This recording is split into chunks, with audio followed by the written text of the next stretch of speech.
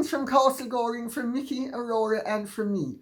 Today I am on the starters orders, so I am going to hopefully get through everything while having fun doing so, because let's have a little bit of fun, at least for much of the time today. But I have to be watching the clock very carefully. So, without further ado, I am going to plunge in with what Run for CMT has to say, which is a very interesting point. And also, may I point out, I'm half dressed. As soon as I finished, I have to finish getting dressed.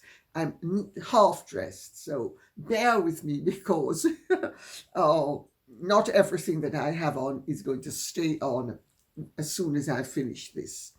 So, if Meghan had anything on the royal family, she would have used it to get the half in, half out arrangement they wanted. Run for CMT. What I love about so many of you is how absolutely clever you are and how absolutely on the mark you are. It has to be said, no one has made that point before. I certainly have not made it before, and of course you're absolutely right. But when you're dealing with the Meghan Markles of this world, it does not behoove you to think that just because something didn't occur, they will claim down the line that it didn't occur. The beauty of pathological liars, which in my own experience, all narcissists and people with sociopathic tendencies are, and certainly Meghan is that the truth is of absolutely no consequence whatsoever. Everything, lie, truth, neutrality, is out there like putty waiting for the sculptress to knead it into the shape that is going to suit her momentarily.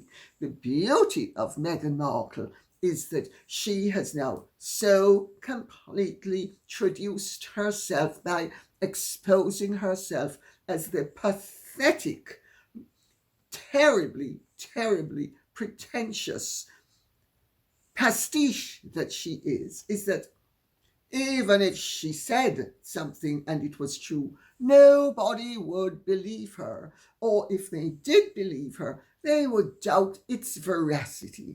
So, Rofian Matovu says, have you seen Vanessa Feltz's parody with Love, Vanessa? I have. She's done 2 episodes. I would strongly recommend that everybody have fun and look at it. It's called With Love, Vanessa. It's on YouTube, Vanessa Feltz. I know Vanessa slightly. We're not friends, but we have a cordial relationship. And I've run across her repeatedly over the years. She's actually interviewed me. And we've appeared on television shows together, even in America. That's going back, I think, to the 90s. And we have an agent in common. David Samuels is our agent. And he is a wonderful guy.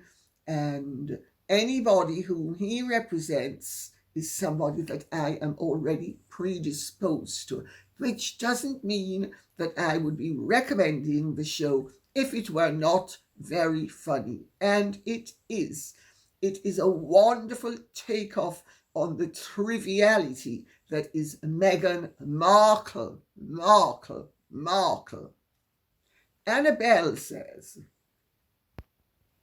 Lady C, I would be interested to hear your thoughts on Tina Brown's recent comments in the Daily Mail about Meghan. It certainly sounds like Tina is not mincing words anymore. What do you think of her strong statements? Well,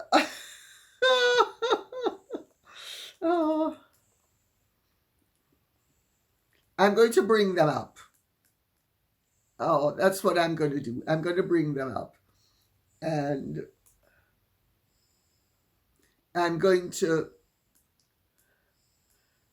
read out some of what she said, because Tina has a very sharp and acerbic wit when she chooses to deploy it.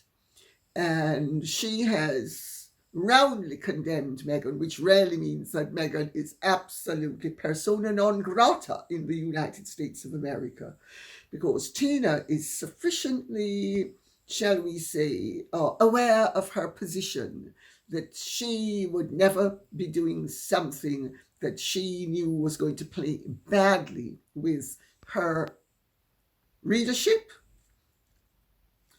She says Meghan has never figured out a convincing persona and is behind the curve, which is absolutely true. Meghan doesn't have a personality. Meghan is an amalgam of personalities, each of which she thinks is going to play well at the moment. The thing is, that gives the message that you have no integrity, that you actually are vacant at the core, and that discomfits people. And she also said that Meghan has an unerring instinct for getting it wrong. It's absolutely true. She says she's too damn impatient, adding, who announces a new lifestyle brand, American Riviera Orchard, and hounds celebrity friends, and notice the word hounds, in goes the knife, which she wouldn't have done a year or two ago, and hounds celebrity friends talk up her strawberry jam on social media without doing due diligence on the availability of the trademark. Well, we all know Meghan is totally inept, but for Tina to be saying it is really interesting. So let me see what else she said that is worthy of note. She makes a good point. All Meghan had to do was shut up and wait. Go quiet for a couple of years. Start a family, keep her eyes trained on the splendid royal real estate that would soon come up for grabs.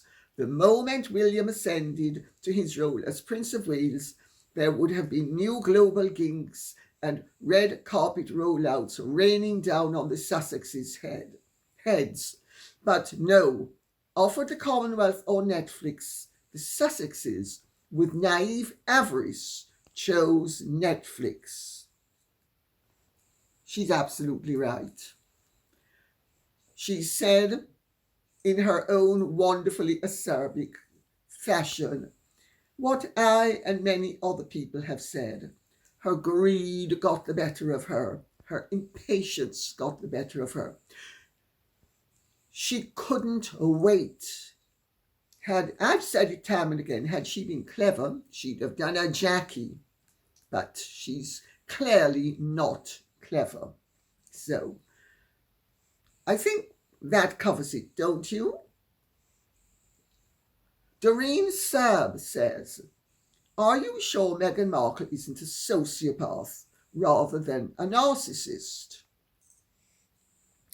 Well, one thing I discovered while writing Daughter of Narcissus is that most people with personality disorders have one aspect that is very pronounced in a cocktail of personality disorders, while they exhibit traits of other personality disorders. There's almost a sort of one blending into the other effect on the spectrum of personality disorders. So you'll be primarily a narcissist with sociopathic tendencies and maybe a touch of hysteria, all of which is Meghan. I don't think she has borderline at all. I think that she apes borderline. So, is she a sociopath rather than a narcissist? The two things are mutually inclusive very often. And I think in Meghan we see the absolute representation of both. I think she might actually be even more than a sociopath. I think she might actually have been born with a defective amygdala, which means that she has never had any scruples or conscience, and that she has always done exactly as she thought desirable for her own interests. She has always exhibited a frightening degree of coldness that is a very much a part of the psychopathic personality. Also, the sociopathic. So, whatever she is, she certainly has shown us that she has excessive self-adoration with no real basis for having it, and a total lack of scruples and human feeling when it suits her. That's narcissistic and sociopathic. So I think we can safely leave it that we don't need to rule out one and replace it with the other. Both fit very comfortably with Meghan Markle. Maria P says, Lady C, as you can see from the comments on X, most of us loved your tea about Blake Lively playing the mental illness card through her lawyers. Your suggestion that she and Ryan Reynolds produce Two Flew Over the Cuckoo's Nest, that was my creation, has also gone down a treat. What do you think of Meghan being cast as Nurse Ratched? First of all, everybody's calling her Nurse Ratched. It's Nurse Ratched. It's not a T at the end of the word. It's a D. I just point that out for what it's worth. I have fallen into that trap previously as well, but she was Nurse Ratched. And what do I think of Meghan playing Nurse Ratched instead of Blake Lively playing her? I think it's a very good idea. Thank you so much for recommending it. I mean, I can just see a wonderful movie starring Ryan Reynolds in the Jack Nicholson role. And I had thought of Blake Lively in the Fletcher role. Well, let's change that. I think Maria P's idea is infinitely better than mine. I think Meghan would make a very good Nurse Ratched, especially when Blake is cast as, shall we say, the delusional Duchess of Essex, who has ended up in the loony bin because she's finally gone so far that she's had to be committed. I think Blake would make a very good Duchess of Essex, and she would be wonderfully sort of tearing out her hair and falling down on the floor and crying. 8 tears left eye, not one. She'd only need to look at some of Meghan's performances to know exactly how the presentation of a disturbed Duchess should be actually executed. And Meghan could then be with those Charles Manson eyes, because you notice when Meghan is crossed or displeased, her eyes go coal black. That's actually also a sign of sociopathy, incidentally. And the eyes go coal black, and she has this expression on her face that would chill the blood of any sane person. I think she would make a very good Nurse Ratched, especially when the Duchess of Essex, Blake Lively, in real life, playing the role of the disturbed Duchess of Essex, who finally had to be committed when she declared that she was the goddess Megania and that she had to be bowed down and worshipped, and she's committed. And then they're going to lobotomize her. And she is arguing with Nurse Ratched. And Nurse Ratched, played by Meghan, only needs to just convey with the looks, but Meghan, being Meghan, has to rewrite the script. So it's not enough to just react physically to Blake Lively as the Duchess of Essex, Meghan Markle as the producer, director, star of the show. Well, that's what she thinks. Blake will think differently, as will Ran. However, they'll all think the same, and Meghan's going to rewrite the script. She's going to do a Blake on Blake. Now, I think that's a movie that would be well worth watching. Not as tragedy or drama, but as comedy. Because especially since the three of them take themselves so seriously, and we have seen through them. But isn't it interesting that dear Blake Lively is, according to her lawyers, so profoundly affected by the matter that she created? Because let's remember who brought the legal proceedings against Justin Baldoni and who made the civic complaint against Justin Baldoni. And she is now, she's playing the mental health card, and she is so, her mental health has been so profoundly affected, and it needs to be profoundly protected by the courts. Poor Megsy. Oh, sorry, Blake. I get them confused. Now, what's this about? Amber Turd? Oh, goodness gracious me. I'm sorry, yes. This is so confusing. All these rattle traps, one after the other. Just, poor babies. Should our hearts bleed for them? I think they should be bleeding for their victims. AD says, about 5% of Brits attend church. So why is there any kind of uproar over Charles not acknowledging Lent? Do non-Catholics actually keep the fast for 40 days? No, they don't.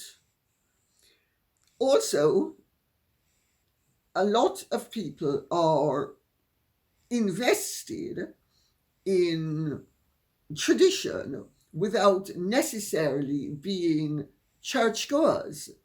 So I understand why there is a backlash, but I think people seem to have got the wrong end of the stick. For instance, some people think that the king should have done the Maundy Thursday almsgiving and the touching on Maundy Thursday at the same time as Ramadan. Well, he can't. Maundy Thursday is the day before Good Friday.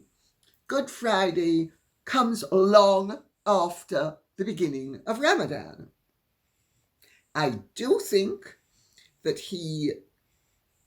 if he had been totally even-handed, would have acknowledged Shrove Tuesday or Ash Wednesday, and then he is going to be obliged to actually acknowledge Yom Kippur, or whatever the Buddhist equivalent is of whatever the Hindu. I mean, if he's going to be guardian of all faiths, he needs to step up to the plate and do his bit as is appropriate to mark the occasion of each faith equally. Otherwise, he might just discover that it's better to just be quiet, silent, and marking the traditional Christian elements of which he is the head of the Church of England. As simple as that. But this has created quite a backlash, and I understand why some people are concerned, because many people feel that the certain religions are being more aggressively represented and have more assertive ambitions than others. I think we ought to note, however, that it is not a positive reflection on the Church of England that it has lost so many followers, while other religions have not. I make that point for what it's worth.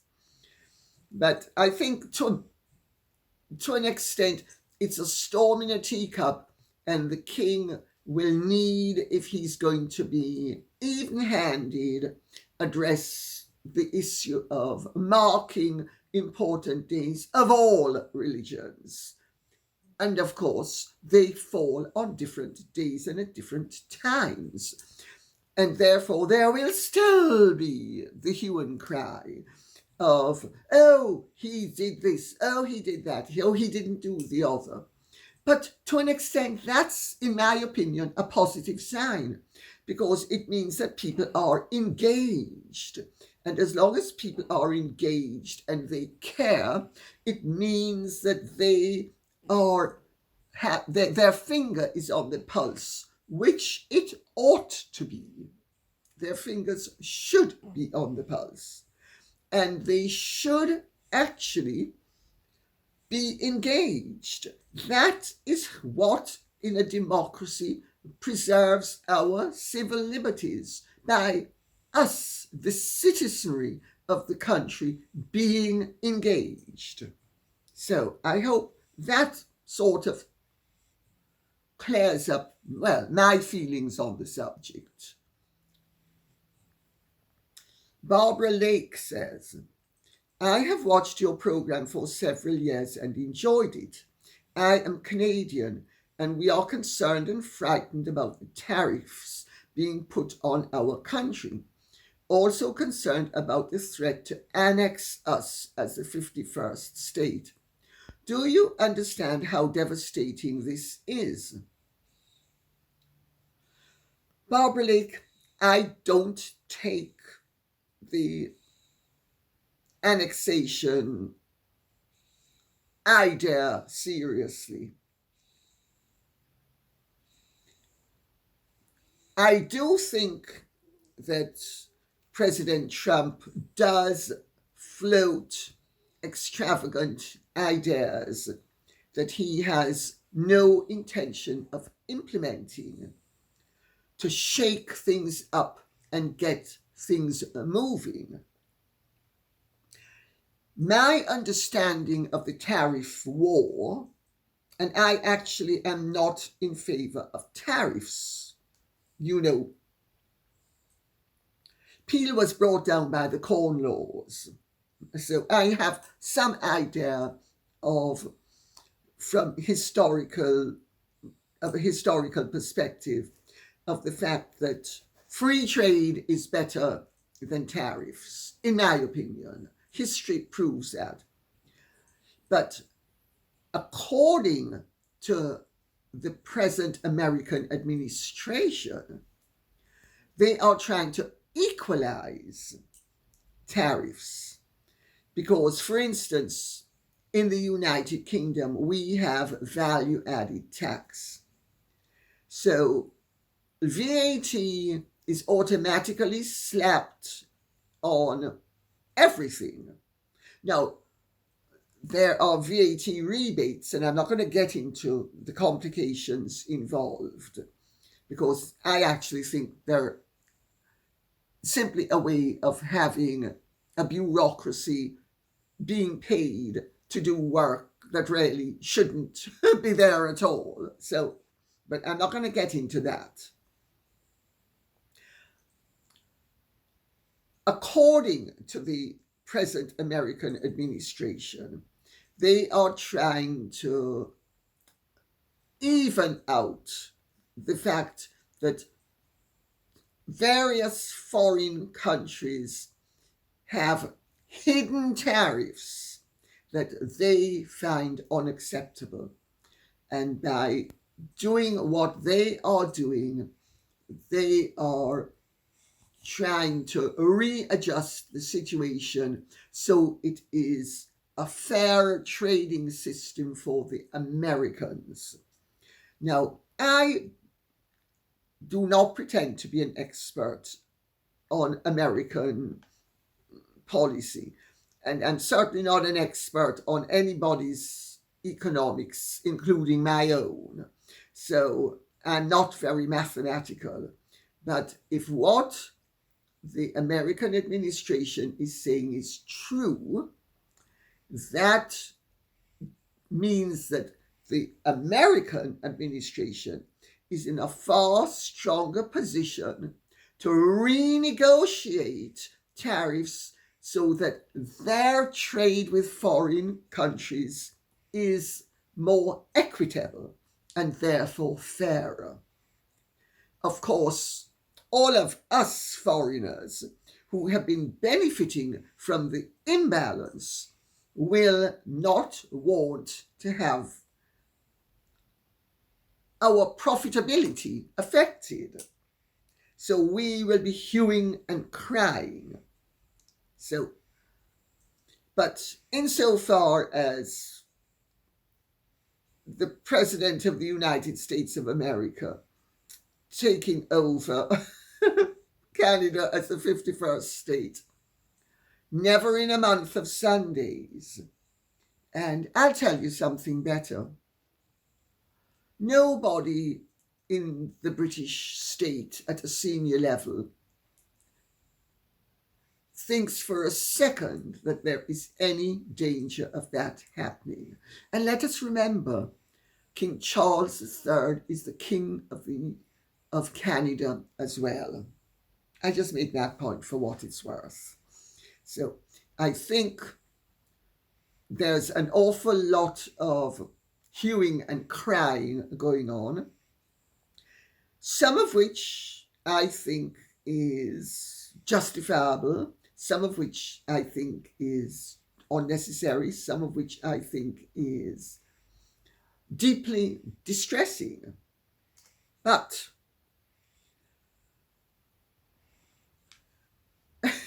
what can I say? We are entering a new age. And in some ways, it is healthy for us to acknowledge that and to understand that the world as we have understood it, taking place the way we have understood it for the length of time that we have understood it, it's no longer valid. There is, I've said it before and I'll say it again, the tectonic plates are shifting. The United States of America cannot sustain the role it has had in the world for, in fact, all of my lifetime. And I'm 75. So they've really had the role for 80 years since the end of the Second World War. It is now unsustainable. And people who don't understand how unsustainable it is are not doing themselves a great service. We do not need to be and let's leave it at that, okay? Because this is such a highly complex subject that it's something that can be and will be discussed for the next several years. So I don't think we need to belabor the point further.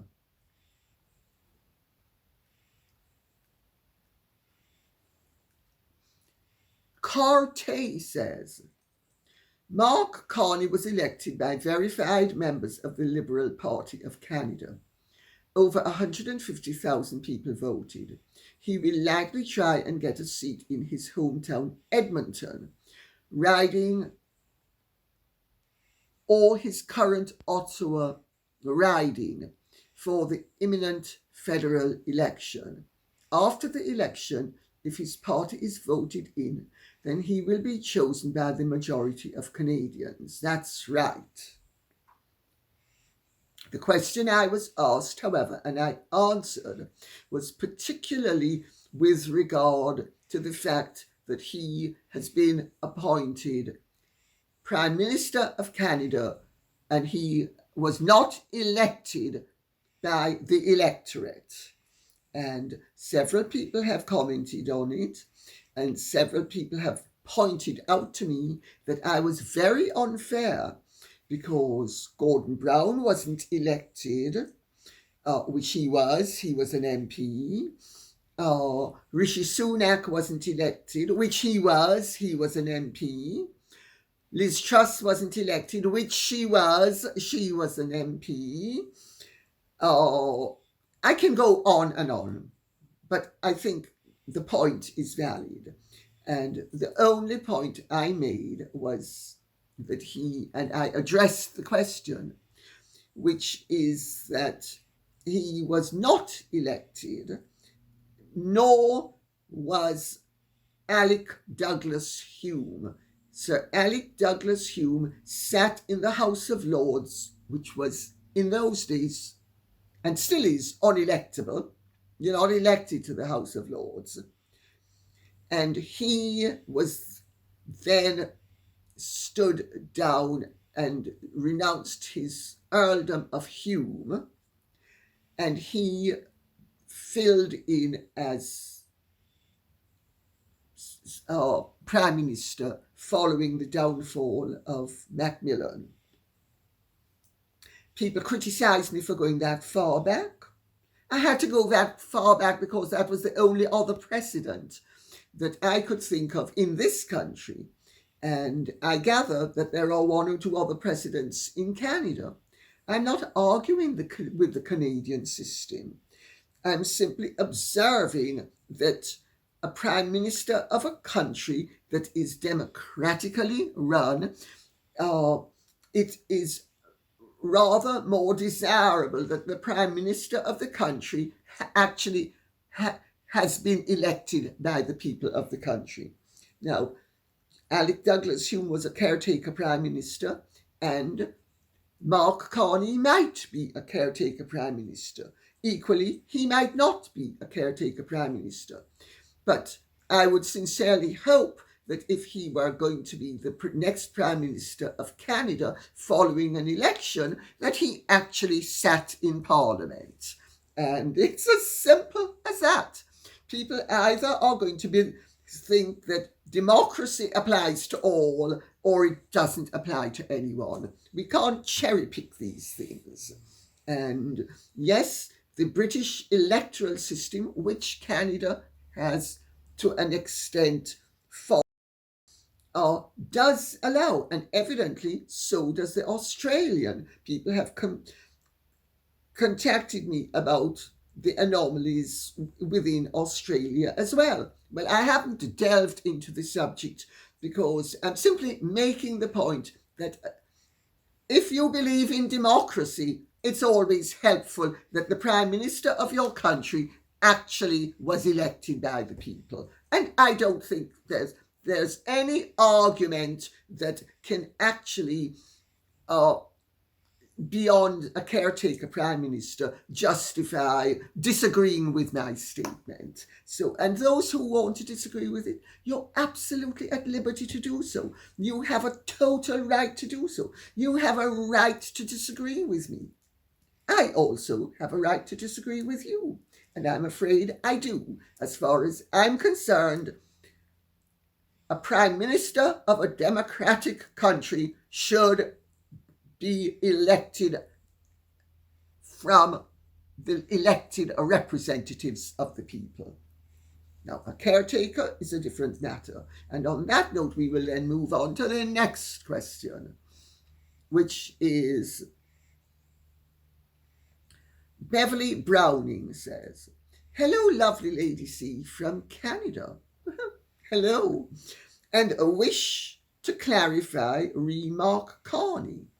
He was elected as the leader of the Liberal Party by Liberal constituents. However, there will still be an election whereby all Canadians have to vote for their party of choice. The Liberal Party and thus Mr. Carney will likely win. However, he must also be confirmed by the Governor General of Canada. The election will take place before the end of March, but a date has not been given yet. Thank you for all your fascinating videos on various ranges of topics. Thank you for that, Beverly Browning. You are one of many people who pointed out the process, which actually I did sort of know before. My point was simply addressing the point that I have already addressed, that I'm not discomfited by a caretaker prime minister. I am discomfited by a prime minister who is not elected to not the position of prime minister, but elected to represent the people. Otherwise, he's parachuted in. And it is a form of oligarchy that is quite disturbing to those of us who have any knowledge of history, if it becomes something that is anything but temporary. And on that note, I will say thank you very much for listening. I hope this has been of some interest to you. If it has, please keep the questions and comments coming in so I will know what you would like us to be speaking about. Okay, thank you so much. Take good care and Godspeed. And if you have truly enjoyed this, would you care to like, share, subscribe, press the notification bell, and Godspeed. Bye-bye.